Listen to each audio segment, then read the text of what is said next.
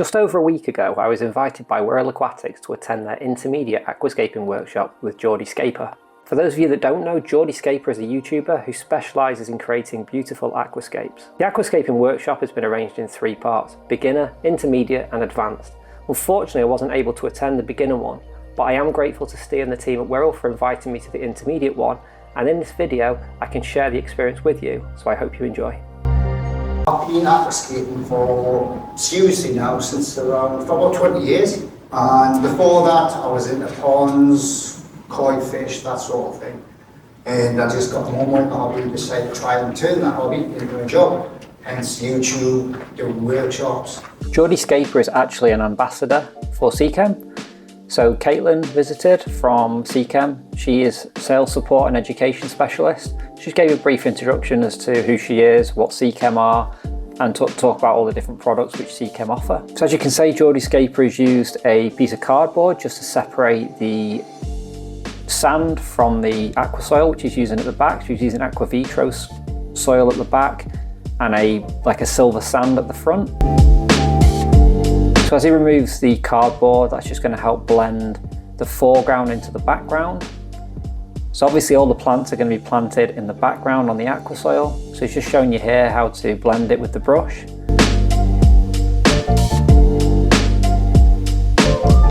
So in the hardscape part, he had a selection of Redmore root and Cereus stone to choose from.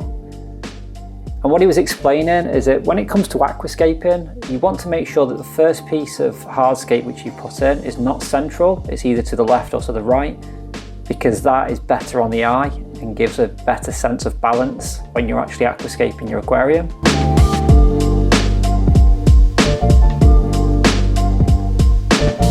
So as you can see here, he's adding a second piece of Redmore root or spiderwood.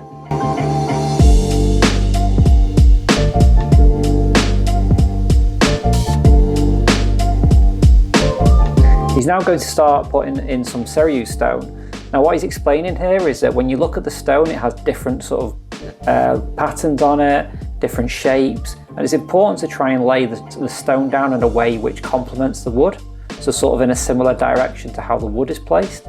That's also going to help to glue it all down afterwards as well. So as you can see there, he's putting it down in a way which complements the wood which he's already placed down.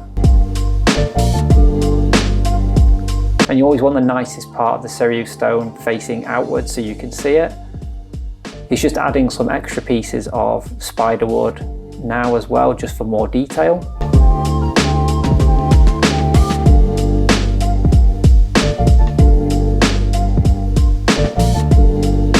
It's always good to step back and have a good look at it, make sure you're happy with it. So now he starts to add some more pieces of Cereus stone. So what he's trying to do here is create a barrier between the aqua soil at the back and the detailing sand at the front. That's just going to ensure that that aqua soil doesn't come forward and ruin the look of that lovely sort of silvery sand that he's got in the foreground. So he'll continue to go along there and make sure he closes off any of those gaps. This is what sometimes is known as a nature style aquarium.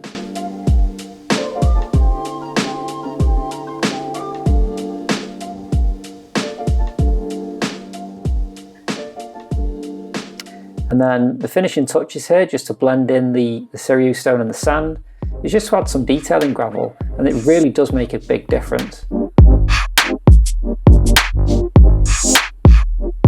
Just helps it look all a little bit more natural and much more pleasing on the eye.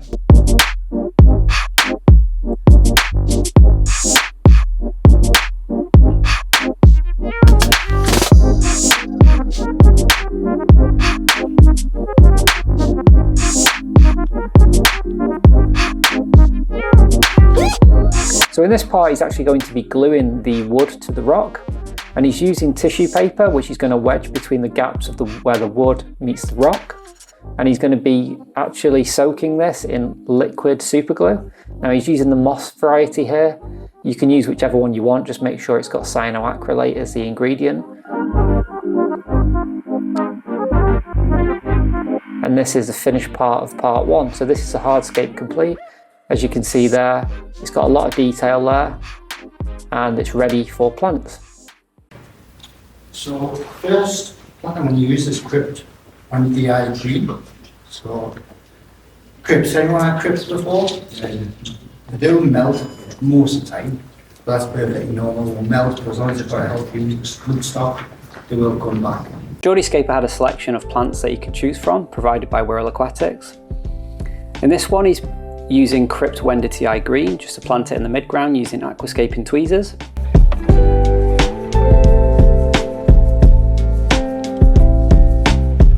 He then continues to put more crypts in the mid-ground. Crypts are very good for packing out the mid-ground in any aquascape.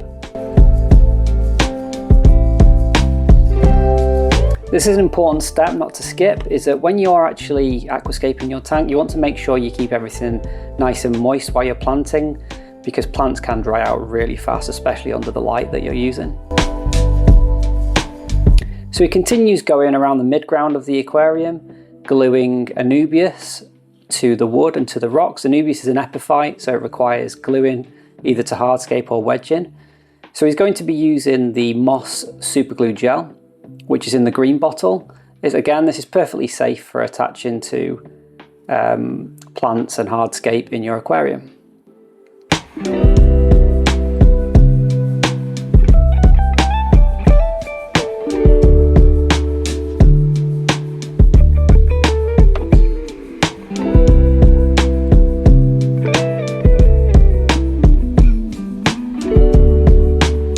So he carries on now, moving higher up the wood, attaching Java ferns, which again, Java fern is an epiphyte, so either requires wedging or gluing to the wood, but it's a very effective plant.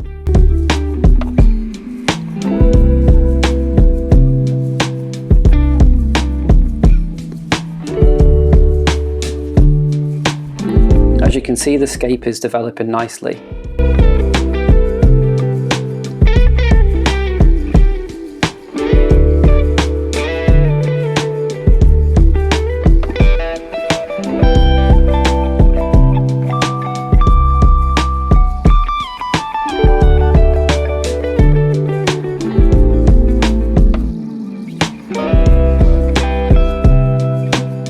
Time to move on to the stem plants. So Geordie Scaper used a mixture of Hygrophila species and Ludwigia species as the stem plants.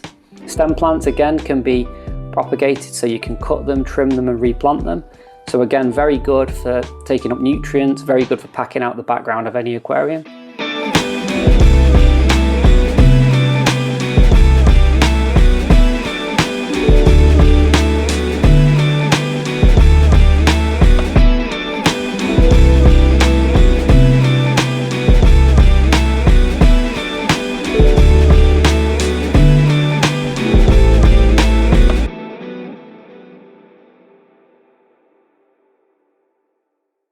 Geordie Scaper is now explaining the different products which you should use in your aquarium, especially when you're first setting up a planted aquarium. So the products he's got in his hand are from Seachem. So it's a mixture of flourish products for all different stages of setting up a new planted aquarium.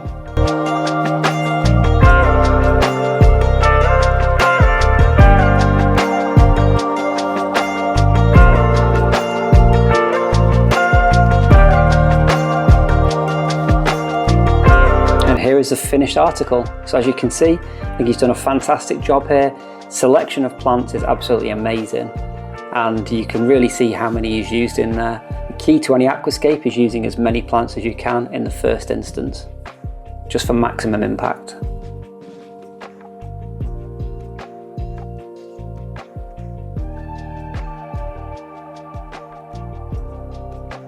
And here it is filled up in the shop.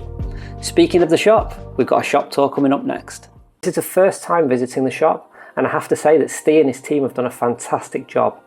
The shop has been open just over a year, but to see what they've achieved in such a short space of time is truly remarkable, and you can easily see why it's become such a popular shop in the northwest of England. Now, the first things you see when you first enter the shop is this wonderful display tank. This had banded barbs in it and angelfish and all epiphyte plants. It was a really stunning scape. There's also an aquascaping dojo where you can play around with the wood and rocks that you want to use. There is plants as soon as you walk in the shop. Great selection of plants, really fresh, lots of different brands, varieties, everything you can think of. And then move on to the fish. So they've got a great selection. We've got discus here, we've got African cichlids, Malawis and Bunas, more rocks. There are some South American and Central American fish in there, severums. Also got some parrots in there. These discus are really great quality, really good size as well. We've got some rainbow fish there and clown loaches. All the fish are in great condition as well. In this one we've got some more cichlids, South American geophagus there. There's a pleco just chewing away on a bit of cucumber there.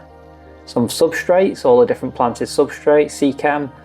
Got fluorite there. Absolutely loads of choice. Filters, lots of dry goods in this shop as well. Considering such a small shop, they really pack it in really well. Got a fantastic selection of everything you could possibly want, really. Moving on to some more tanks at the back. So we've got some more cichlids there, some frontosas, Jack Dempsey's. Look at this angelfish. That is a stunning angelfish. If I had the room, that would be coming home with me for sure. We've got some more yo-yo loaches there, rummy-nosed tetras. Such a great choice of fish, from more common types of fish to the more rarer types as well. Got lots of sands at the bottom there, gravels, lots of different colours. Again, so much choice. It was hard to see everything in the shop really. It was amazing how much they've managed to cram in such a small space. It really is. We've got different shrimp as well, different colours. Got red shrimp there, orange, neocaradinas, blue diamonds. Some yellow shrimp there. Green jades. Look at these bettas as well. Absolutely stunning colours. That is really nice, that one. Really, really nice fish that one is. Shame I don't have the space again, otherwise I would have had him for sure. And another one there as well. Look at the colour. Absolutely brilliant. Got some super red bristlenose there and some more angelfish.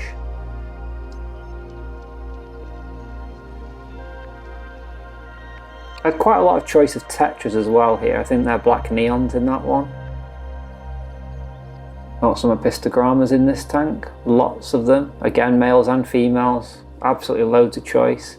They had just had a fish delivery as well, so that's why the tanks are so full, but they do keep a great selection in. Got some Odessa barbs there, some cherry barbs. Again, as well as the tetras, lots of different types of barbs were in stock as well, which was amazing. And some lemon tetras there. Really nice, I'll probably try and keep those eventually. Tiger barbs, I do like tiger barbs, but they can be absolutely vicious little things.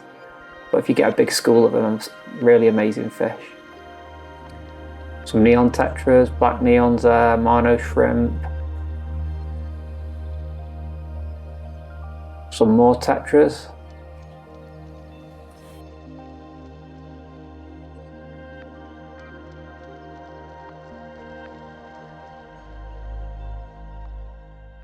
So a huge thank you to Steve and the team at Wirral Aquatics for inviting me over for the intermediate workshop. There is one more workshop on the 1st of November, which is the advanced level one. So all the details about that are on Wirral Aquatics socials, so on Facebook, Instagram, etc. If you want to go over there and check that out and book yourself on that workshop, that would be absolutely fantastic.